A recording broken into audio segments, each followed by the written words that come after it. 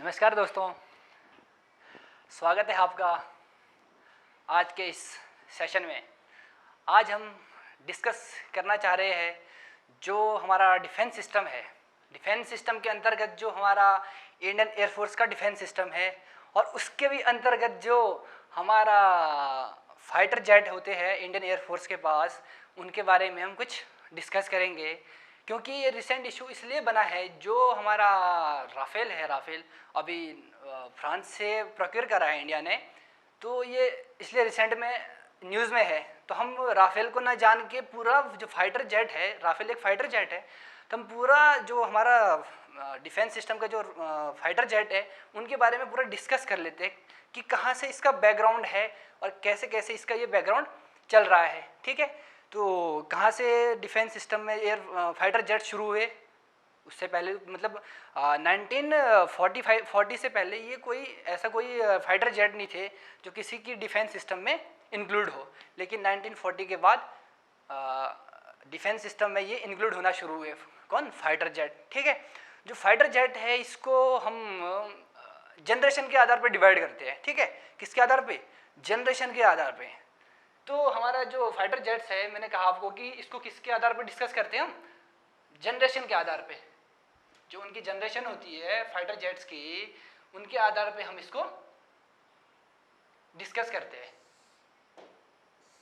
ठीक है, अब जो फाइटर जेट्स की जो फर्स्ट जनरेशन है, ये सेकेंड वर्ल्ड वार, द्वितीय विश्व युद्ध 1940 और 1950 के बीच में ये फाइटर जेट उपलब्ध हुए थे, आए थे ये सामने। ठीक है, इन्होंने जो द्वितीय विश्व युद्ध है उसमें फर्स्ट जनरेशन के फाइटर जेट ने उसमें लड़ाई लड़ी थी। ठीक है, अब जो उसके बाद सेकंड जनरेशन के फाइटर जेट्स कब से कब 1950 से 1960 के बीच में बनने शुरू हुए थे और सेना में शामिल हुए थे। ठीक है, जो सेकंड जनरेशन के जो फाइटर जेट्स है वो गाइडेड मिसाइल से कैपेबल है। गाइडेड मिसाइल मतलब जो दागने वाली मिसाइल होती है ना, तो उससे ये कैपेबल थे कि ये मिसाइल अपने साथ में ये फाइट तो करेंगे, लेकिन अपने साथ क्या करेंगे? मिसाइल को दागेंगे, बॉम्बिंग करेंगे, बॉम्ब फेंकेंगे। ठीक है, तो इनकी ये खासियत थी किसकी? सेकंड जनरेशन के मिसाइल की। कब आए थे ये? 1950 से 1960 के बीच में ये आए थे। अब इनका काम क्या था? ये दागते भी थे, मिसाइल को फेंकते थे। ठीक है, ये बॉम्बिंग करते थे। और जो इंडिया के पास मिग 21 सुना होगा, ये कौन सी जनरेशन का है? सेकंड जनरेशन का है। ये इंडिया के पास अभी भी फाइट के लिए उपलब्ध है। ठीक है, तो इंडिया एक अकेला ऐसा देश है, ये मतलब एक रोचक बात है ये कि भारत अकेला एक ऐसा देश है जो मिग 21 को यूज कर रहा है इस टाइम। इंडियन नेवी में, इंडियन एयरफोर्स में ये शामिल है। कौन? मिग 21। और ऐसे कोई अन्य देश नहीं है जिनके पास, यहाँ तक कि जो पाकिस्तान है ना, उनके पास भी ये रिटायरमेंट हो चुका है इनका। जो सेकंड जनरेशन के जो फाइटर प्लेन है, ये इनका रिटायरमेंट हो चुका है, लेकिन इंडिया के पास अभी भी ये इंडियन एयरफोर्स में शामिल है।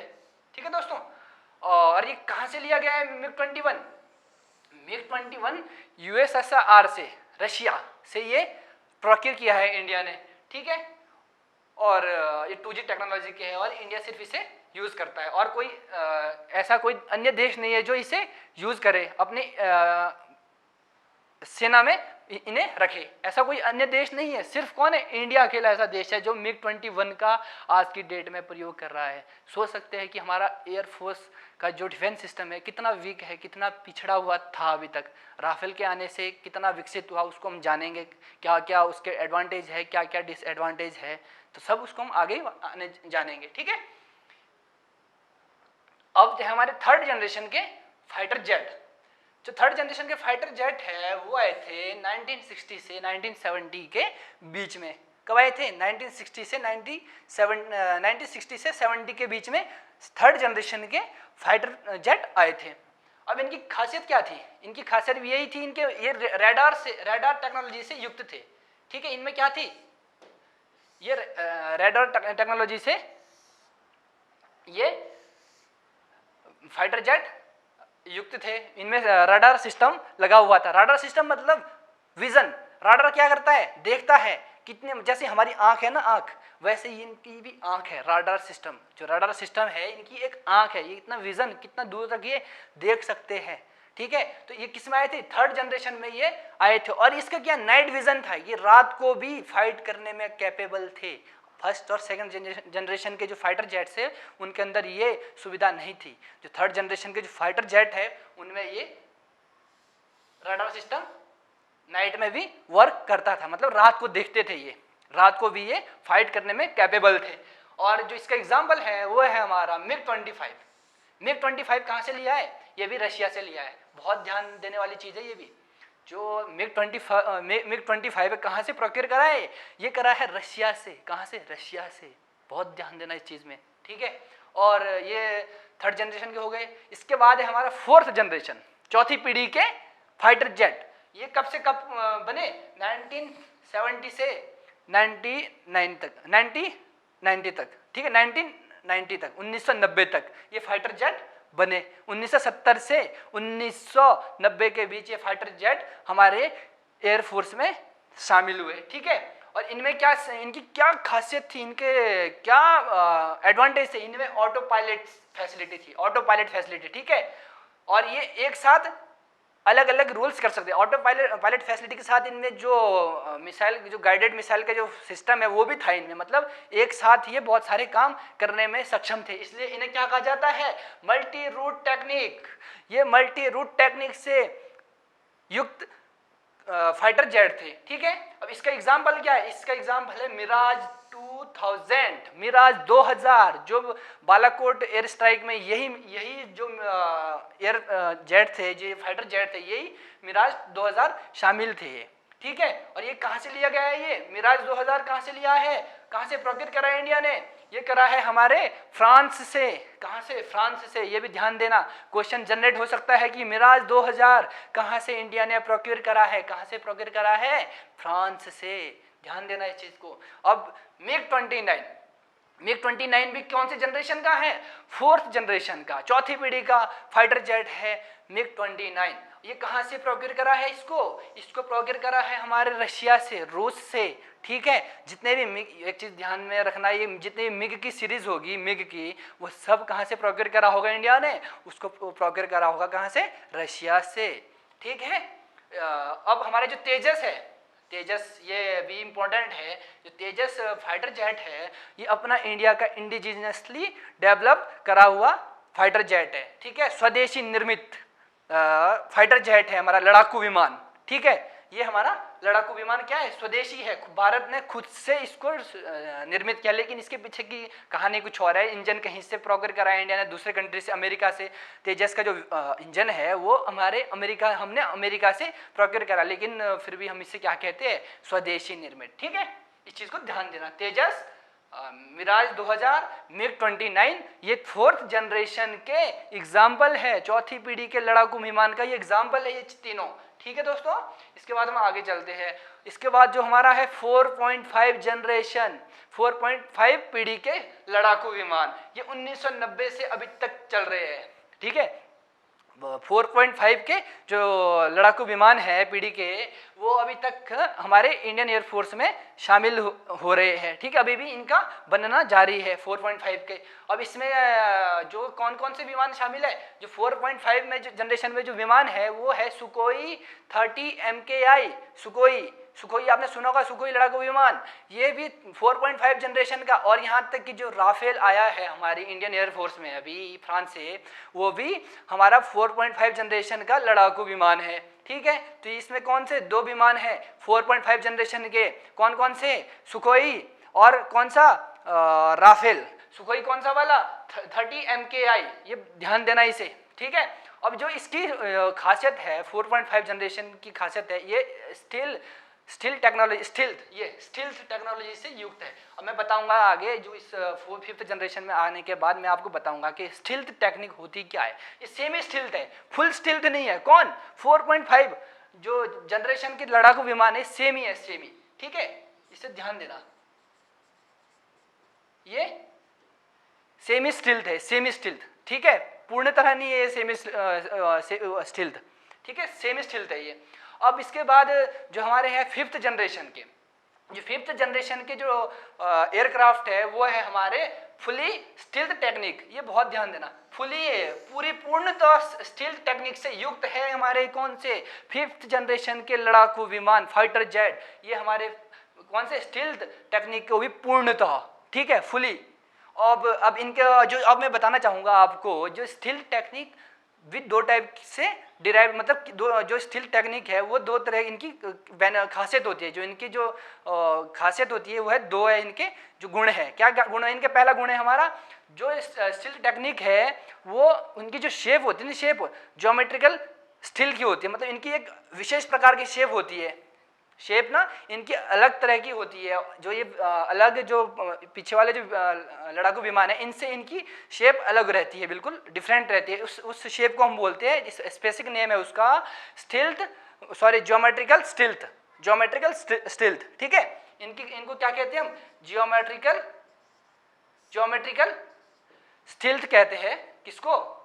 जो ये इनकी खासियत है किसकी? Stealth technique. अब दूसरा है इसका क्या? Radar system. रडार सिस्टम इनका इतना खतरनाक है कि इन्हें कोई पकड़ ही नहीं सकता, ठीक है। इनका जो रडार सिस्टम है ये मतलब मतलब इनका जो रडार की उसमें भी नहीं आएंगे ये। किसमें? रडार भी इन्हें नहीं पकड़ पाएगा। किसको? 5th जनरेशन के जो हमारे लड़ाकू विमान है इन्हें रडार की पकड़ में ये नहीं आएंगे, इतने कैपेबल है ये, ठीक है, कि ये रडार की पकड़ में भी बिल्कुल नहीं आएंगे। इस तरह से ये फाइट कर सकते हैं, ठीक है। ये इनकी खासियत है।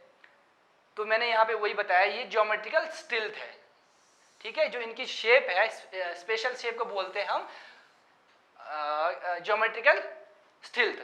अब इसका other type radar absorbing material, मतलब इसमें जो रडार जो इन्हें अगर इनमें निगरानी रख रहा है, अगर किसी देश का कोई रडार इनमें निगरानी रखेगा तो उसके जो एब्जॉर्बिंग मटेरियल होगा वो इसे एब्जॉर्ब कर लेगा। रडार की जो फ्रिक्वेंसी जो भी उसकी वो आएगी या रेज आएगी उसे एब्जॉर्ब कर लेगा और रडार की पकड़ में ये वाला फाइटर प्लेन नहीं आएगा। तो ये किसी भी देश में जाके घुस सकता है और वहाँ का रडार सिस्टम इसे पकड़ ही नहीं सकता। इतनी अच्छी टेक्निक से ये सिस्टम बना हुआ है। लेकिन जो हमारा 4.5 जनरेशन का जो लड़ाकू विमान है वो किस टेक्निक से बने? सेमी। उसमें इसके कुछ गुण हैं, पूर्णतः वो उसमें ये गुण नहीं है। जो हमारा राफेल है वो 4.5 जनरेशन का लड़ाकू विमान है, ठीक है। इसके बाद जो मैंने आपको बता दिया 5G technology aircraft.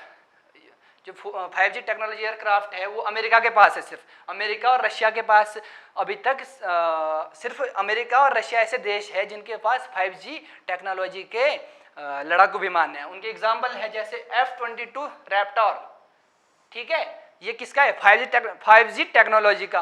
F-35 lightning 2, ठीक है। F-35 लाइटनिंग सेकंड या 2 कुछ भी बोल सकते हैं। ये भी किसके है? 5G टेक्नोलॉजी के लड़ाकू विमान है। अब जिसका रशिया के पास कौन सा है जो 5G टेक्नोलॉजी का है? वो है हमारा सुकोई T-50। किसका है? 5वीं पीढ़ी का लड़ाकू विमान है। इसको ध्यान देना, ठीक है। अब क्वेश्चन आ सकता है कि जो F-35 लाइटनिंग सेकंड है वो किसका विमान है और कौन सी जनरेशन का है?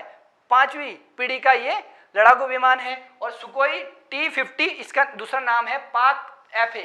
पाक ये वाला पाकिस्तान वाला नहीं, इन्होंने अपना नाम अलग से रखा हुआ है इसका, पाक FA, ठीक है। पाक FA और सुकोई T-50 किसका है? 5वीं पीढ़ी का लड़ाकू विमान है, ठीक है। इसके बाद हम आगे बढ़ते हैं। ये है हमारा सुकोई। अब आपको मैं एक चीज बताना चाहता हूं। जो ये लड़ाकू विमान, अब आपके मन में एक क्वेश्चन जनरेट हो रहा होगा। क्या क्वेश्चन जनरेट होगा? भाई जब हमारे पास ऑलरेडी सुकोई था, हमारे पास सुकोई, तो हमें राफेल को प्रोक्योर करने की क्या जरूरत थी? जो हमारा डिफेंस सिस्टम है उसको प्रोक्योर करने की क्या जरूरत थी जब हमारे पास ऑलरेडी 4.5 जनरेशन का लड़ाकू विमान था सुकोई? तो राफेल क्यों लिया हमने? तो हम उसी के बारे में जानेंगे। राफेल को लेने का क्या मकसद था हमारा, उसको हम अच्छे से अभी आगे जानेंगे, ठीक है। अब ये हमारा क्या? ये है हमारा सुकोई 30 MKI और ये हमारा राफेल, ठीक है। अब इनके बारे में जानेंगे, क्या क्या इन दोनों में कंपैरिजन करेंगे इन दोनों को अच्छे से कि सुकोई में क्या एडवांटेज है, क्या डिसएडवांटेज है, और राफेल में क्या एडवांटेज है और क्या डिसएडवांटेज है। हम सब उसको ब्रॉडली समझेंगे। अब जब सबसे पहला है हमारा सुकोई 30 MKI, ये अब इसकी जो मैं बताता हूँ आपको, ये एयर टू एयर जो सुकोई 30 MKI है सुकोई ना, ये पता क्या है? जो एयर टू एयर तो ये बहुत अच्छे से फाइट कर सकता है, मतलब हवा से हवा में, मतलब ऊपर, मतलब अधिक ऊंचाई में ये अच्छी लड़ाई करेगा, लेकिन ये बिल्कुल जमीन के पास में ये फाइट करने के लिए कैपेबल नहीं है, ठीक है। इसलिए इसकी जो एक डिसएडवांटेज क्या है, इसका एक ही डिसएडवांटेज है क्या, जो ये मतलब ग्राउंड में, ये ग्राउंड के आसपास ये फाइट करने में कैपेबल नहीं है, जितना कौन है, जितना हमारा राफेल है, ठीक है। तो आप समझ सकते हैं कि ये किसमें more optimist for air superiority role, मतलब ये हवा में मार करने में बहुत ज्यादा कैपेबल है, लेकिन ये कहाँ पे, जमीन के आसपास में ये लड़ाई नहीं कर सकता। अधिक ऊंचाई पे बहुत अच्छी फाइट करेगा ये, ठीक है, लेकिन जमीन के आसपास में फाइट नहीं कर पाएगा उतना अच्छे से।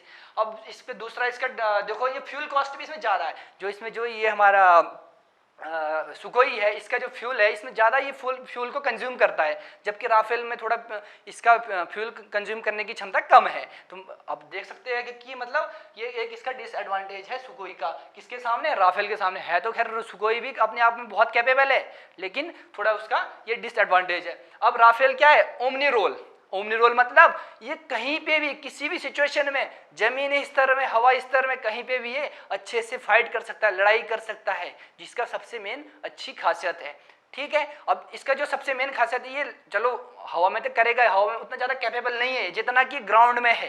ग्राउंड में ये बहुत अच्छे से वार कर सकता है, मतलब ग्राउंड का मतलब ग्राउंड से थोड़ी ऊंची, मतलब कम हाइट में ये अच्छी लड़ाई कर सकता है, ठीक है। कम हाइट में, जैसे 100 किलोमीटर में, ये 100 किलोमीटर के आसपास ये लड़ाई बहुत अच्छे से कर सकता है, कौन, राफेल। जबकि सुखोई कहाँ करता है, 300-400 किलोमीटर की हाइट में ये लड़ाई बहुत अच्छे से करने के लिए कैपेबल है, ठीक है। अब ये क्या ओमनी रोल है, मेनली किसके लिए, ग्राउंड अटैक के लिए बहुत ज्यादा इंपॉर्टेंट है, कौन, राफेल, ग्राउंड अटैक के लिए, ठीक है। अब क्या है, अब एक चीज और है, अब देखो इंडिया के पास तो देखो 270 से ज्यादा कौन है, सुकोई है। सुकोई 30 MK है, ये इंडिया के पास 270 से ज्यादा है, 270 प्लस है इंडिया के पास। इसकी जो क्या बोलते हैं, नंबर्स ऑफ सुकोई विमान कितना है हमारे पास, 270 प्लस है। लेकिन हमारे पास ये सुकोई सिर्फ कहाँ पे लड़ाई कर सकता है, अधिक हाइट पे, ज़्यादा हाइट पे। लेकिन अब अभी तक हमारे पास कौन था, मिराज था। सॉरी ये स्पेलिंग गलत है, ये होगा, स्पेलिंग थोड़ी सी मिस्टेक हो चुकी है टाइपिंग में। तो मैं आपको बताना चाहता हूँ, जो अभी तक इंडिया के पास, इंडियन एयरफोर्स में जो फाइटिंग के लिए जो ज़मीनी स्तर पर, ज़मीन के आसपास जो लड़ाई करता था, वो करता था हमारा मिराज 2000, जो बालाकोट में भी इसका काफ़ी ज़्यादा फायदा मिला हमें, ठीक है। अब जो इसमें मिराज हमारे पास सिर्फ 50 थे अभी तक, मिराज हमारे पास सिर्फ अभी तक कितने थे, 50 है। अब मिराज के हेल्प के लिए कौन आया, राफेल आ गया है, ठीक है। अब राफेल मिराज की जगह ले लेगा, ठीक है। ठीक, ग्राउंड ऑपरेशन के लिए बहुत अच्छा था कौन, मिराज, जैसे राफेल भी ग्राउंड ऑपरेशन के लिए बहुत अच्छा है, ठीक है। तो मतलब इंडिया को और ज्यादा जरूरत है किसकी, ग्राउंड ऑपरेशन के लिए, ठीक है। अब देखो जो राफेल है, ये सिर्फ फाइटर जेट नहीं है, ये पूरा पैकेज है, पूरा पैकेज मतलब इसमें वेपन्स भी बहुत सारे अलग अलग क्वालिटी के लग सकते हैं। जैसे इसमें जो मिसाइल सिस्टम है ना, इसमें मिसाइल 3 टाइप की इसमें मिसाइल लग सकती है, जो 3 टाइप की मिसाइल को ये कैपेबल साथ में अपने ले सकता है और अपने दाग भी सकता है उन मिसाइल्स को, ठीक है। इसलिए इसको क्या कहते हैं, इसे पूरा पैकेज है ये फाइटिंग के लिए, ठीक है, कौन, राफेल, ठीक है। अब जो सुकोई 30 MKI है, ये अब देखो जो सुकोई है ना, सुकोई कहाँ से, रशिया से हमने प्रोक्योर करा है। अब क्या है कि जो वेपन्स वो भी कहाँ से लगेंगे, सुकोई में सिर्फ रशिया के ही वेपन से लगेंगे। मान लो कि हमें सुकोई में कोई मिसाइल लगानी है, मिसाइल उसमें इंटीग्रेट करनी है, तो उसमें मिसाइल कहाँ से लगेगी, सिर्फ जो रशिया की टेक्नोलॉजी से जो मिसाइल बनेगी वही मिसाइल उसमें इंटीग्रेट होगी, ठीक है, किसमें, सुकोई में। और सिर्फ हमें खुद बनाने पड़ेगी अपने आप, किसके लिए, सुकोई के लिए अपने आप एक मिसाइल निर्मित करना पड़ेगी, भाई हम इसमें इंटीग्रेट करते हैं तब जाके ये जो सुकोई ये काम करेगा। तो इसकी ये डिसएडवांटेज है किसका, सुकोई का। इसमें सुकोई में कौन सी मिसाइल लगी है, ब्रह्मोस, ध्यान देना इस चीज को, ब्रह्मोस मिसाइल, ठीक है। ब्रह्मोस मिसाइल किस पे लगी है, सुकोई पे लगी है। लेकिन राफेल में ऐसा नहीं है। राफेल की खासियत क्या है, राफेल किसी भी टाइप की मिसाइल को कैरी कर सकता है, जैसे अमेरिकन, इजराइल, यूरोपियन वेपन्स को ये कैरी कर सकता है, ठीक है। तो जो हमारा राफेल है, राफेल अलग अलग तरह की वेपन्स को इंटीग्रेट कर सकता है अपने आप में, ये इसकी एडवांटेज है किसका, राफेल का, ठीक है। तो अब देखो, जब मैंने ये बता दिया आपको, सुकोई में वेपन्स पैकेज इस तरह का नहीं है जिस तरह का किसमें, राफेल में। जैसे राफेल में हैमर मिसाइल, ये बहुत ज़्यादा न्यूज़ में रही है, अभी इसको बताऊंगा मैं आपको, रिसेंट न्यूज़ में बहुत ज़्यादा रही है। जो हैमर मिसाइल है ये बहुत ज़्यादा रिसेंट में रही है।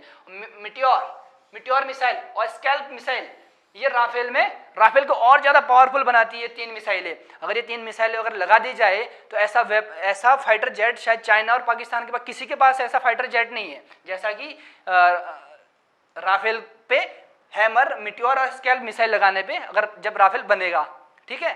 तो ये इसकी खासियत है, इसका एडवांटेज है किसका, राफेल का, ठीक है। अब एक खासियत और, अगर राफेल मान लो अगर उस टाइम जब एयर स्ट्राइक हुआ था वहाँ पे बालाकोट में, तो अगर राफेल होता तो शायद वो विदाउट बॉर्डर क्रॉस करके ये मिसाइल दाग लेता, तो हमें बॉर्डर क्रॉस करने की कोई ज़रूरत नहीं थी अगर राफेल होता। तो इसकी जो रेंज है इन मिसाइल की, ये बहुत अधिक है इन मिसाइल की, मतलब ये दूर से ही मिसाइलें दागी जा सकती है, ठीक है।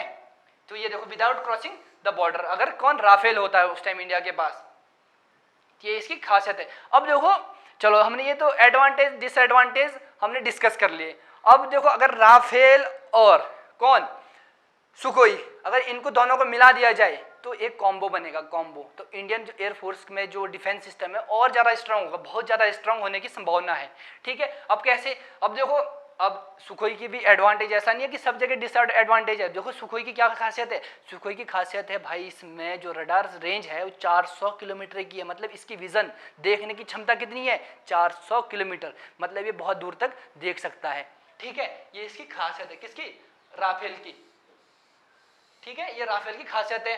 अब क्या है, जो जबकि क्या राफेल रडार रेंज कितनी है, 200 से 250 किलोमीटर जो राफेल देख सकता है, इसका जो विजन है कितना, 200 से 250 किलोमीटर तक ये देख सकता है, ठीक है। अब और सुखोई की एक खासियत और, ये बिग वेपन, बड़े बड़े वेपन्स को भी अपने साथ कैरी कर सकता है, ये इसका एडवांटेज है, ठीक है।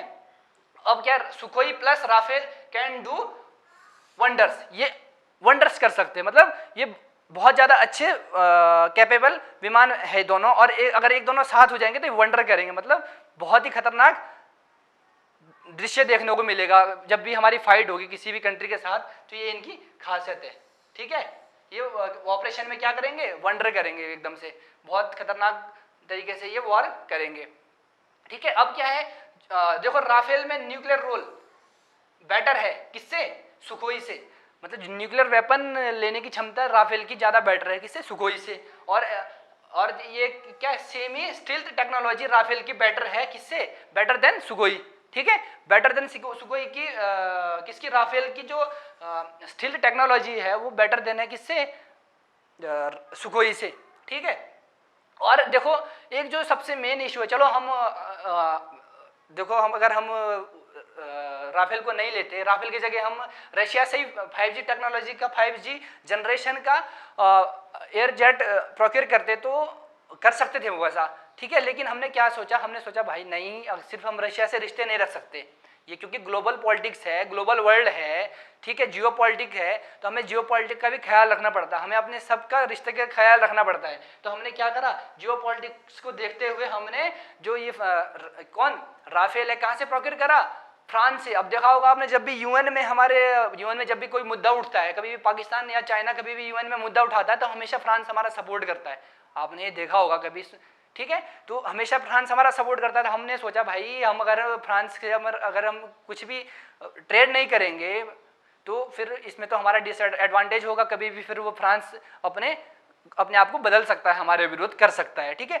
तो इसमें एक एडवांटेज है हमारा, जियो पॉलिटिक्स हमारी बेटर होगी, ठीक है, किसको खरीदने से, राफेल को खरीदने से, ये एक एडवांटेज है हमारा, ठीक है, जियो पॉलिटिक्स को देखते हुए, ठीक है। अब देखो why India buying hammer missile, हमने हैमर मिसाइल को क्यों खरीदा, और देखो ये मिसाइल भी नहीं है, इसको वेपन बोल सकते हैं, वेपन बोलेंगे इसे हम, वेपन मतलब मिसाइल भी बोल सकते हैं, वेपन भी बोल सकते हैं, स्मार्ट बॉम्ब भी बोल सकते हैं। बॉम्ब मतलब स्मार्ट बॉम्ब है, मतलब फेंक सकते हैं इसे हम, बॉम्ब की तरह यूज किया जा सकता है। और जस्ट लाइक स्पाइस 2000, अब सुना आपने हमारा स्पाइस 2000 किस पे लगा हुआ है, कौन से जेट पे लगा है, स्पाइस 2000 लगा हुआ है हमारे सुखोई पे जो मिसाइल लगी है वो लगी हुई है हमारी स्पाइस 2000 बॉम्ब लगा हुआ है, ठीक है। स्पाइस 2000 ये किस पे लगा हुआ हमारा, ये लगा हुआ हमारा, सॉरी ये हमारा मैं आपसे क्षमा चाहता हूँ, ये किसमें, सुखोई में नहीं, ये किसमें लगा हुआ है, मिराज पे लगा हुआ है, स्पाइस 2000 किस पे लगा हुआ है? ये मिराज 2000 पे ये लगा हुआ। और स्पाइस 2000 कहाँ से प्रोक्योर करा हुआ है हमने? इजराइल से, ठीक है। अब देखो जो हैमर मिसाइल है वो प्रिसीजन स्ट्राइक वेपन है, ठीक है। प्रिसीजन मतलब शुद्धता, अचूक, इसकी बिल्कुल ऐसी भेदने की क्षमता है, बिल्कुल अचूक भेदन क्षमता है किसकी? हैमर मिसाइल की, ठीक है। अब डेवलप्ड बाय फ्रांस, साफरान ने इसको डेवलप करा है। किसको?